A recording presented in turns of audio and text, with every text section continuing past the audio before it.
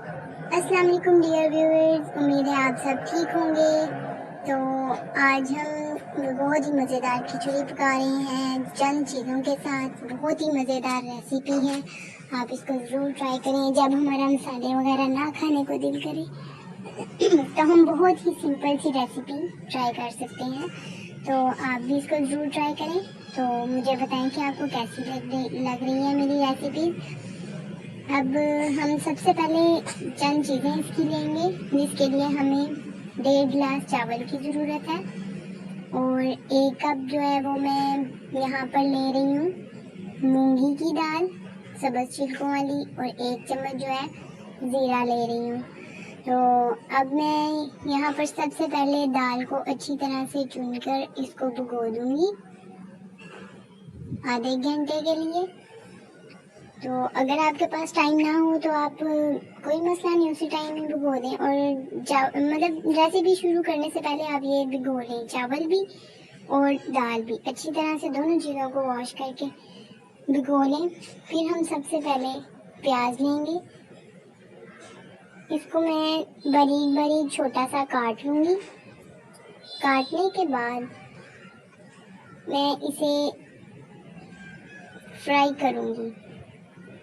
एक बर्तन लूँगी, उसके अंदर मैं देसी घी डालूँगी। इसको हम इस रेसिपी को देसी घी में पकाएंगे। बहुत ही मज़ेदार रेसिपी है। किसी का पेट खराब हो या मिर्च मसाले ना खाने को दिल कर रहा हो तो आप ये रेसिपी ज़रूर ट्राई करें। तो यहाँ पर मैंने 2 चम्मच जो है वो देसी घी के 2 चम्मच डालूँगी। देसी घी की रेसिपी भी मैं आपसे बहुत जल्दी शेयर करूँगी, घर में देसी घी बनाने के तरीका।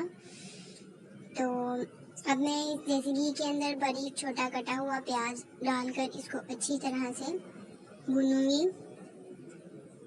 जब ये थोड़ा सा अपना कलर चेंज कर ले तो हम इसके अंदर ज़ीरा डाल देंगे, जो हमने 1 चम्मच लिया था। तो ज़ीरे को भी हम प्याज के साथ ही अच्छी तरह से मिक्स करेंगे ताकि इसका टेस्ट भी हमें चावलों में मिले। दोनों चीज़ों को हम अच्छी तरह से भून लेंगे जब तक कि इसका अच्छा कलर नहीं आता। यहाँ पर हम चावलों में जितना नमक डालना है इसी वक्त ही हम डाल लेंगे।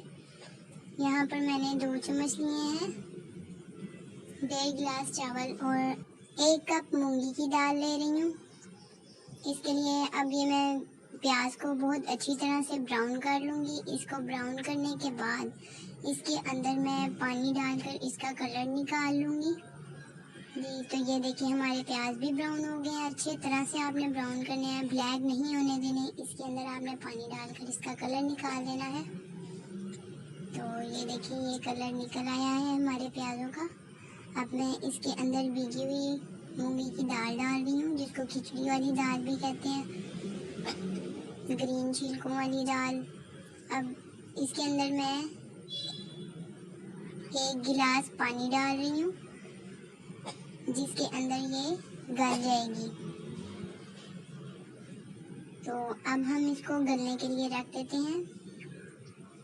यहाँ पर मैंने इसे 5-10 मिनट के बाद 10 मिनट बाद मैंने इसको देखा है, तो अभी दाल नहीं गली, तो हम इसको दोबारा से रख देंगे।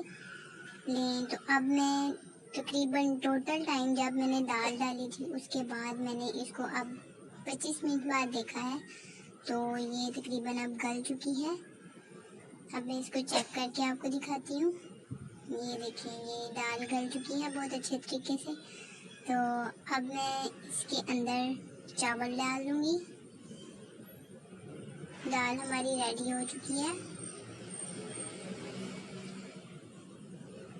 अब मैं इसमें जो भिगो के मैंने चावल रखे थे वो मैं इसके अंदर पानी उसका निकाल लूँगी और चावल इसके अंदर ऐड कर लूँगी और इसको हिला दूँगी।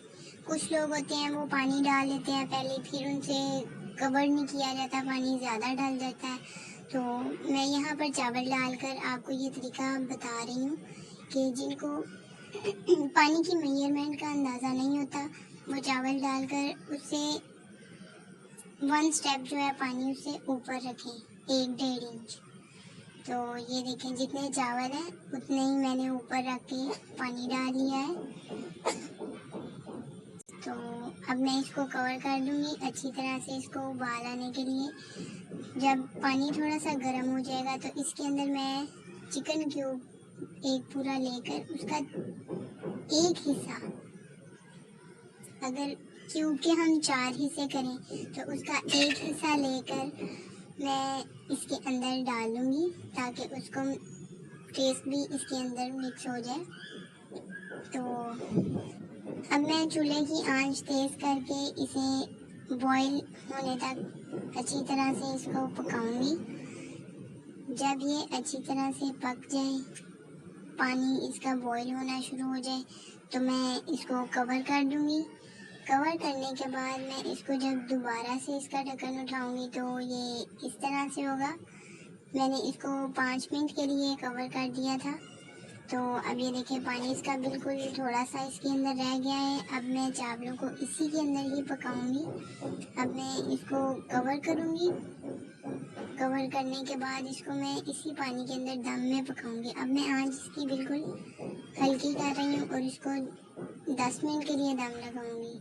और दम में 5 मिनट बाद आप इसको एक दफ़ा हिला लें। जी, तो ये देखिए 5 मिनट गुजर चुके हैं। अब मैं इसे एक दफ़ा हिला लूँगी, ताकि हमारा मसाला, कोई प्याज या ज़ीरा वगैरह एक ही जगह पर ना रहे। ये तो हमारे 10 मिनट हो चुके हैं। हमारी खिचड़ी बिल्कुल तैयार है। और आखिरी स्टेप देखें, यहाँ पर हमने फिर से 2 चम्मच घी, देसी घी ही लेना है। देसी घी लेना है, खिचड़ी के ऊपर डाल लें, बहुत ही यम्मी टेस्ट आएगा। आप इस रेसिपी को ज़रूर ट्राई करें और मुझे बताएं कि आपको कैसी लग रही है। तो अब हम इसको डिश आउट करके सर्व करते हैं।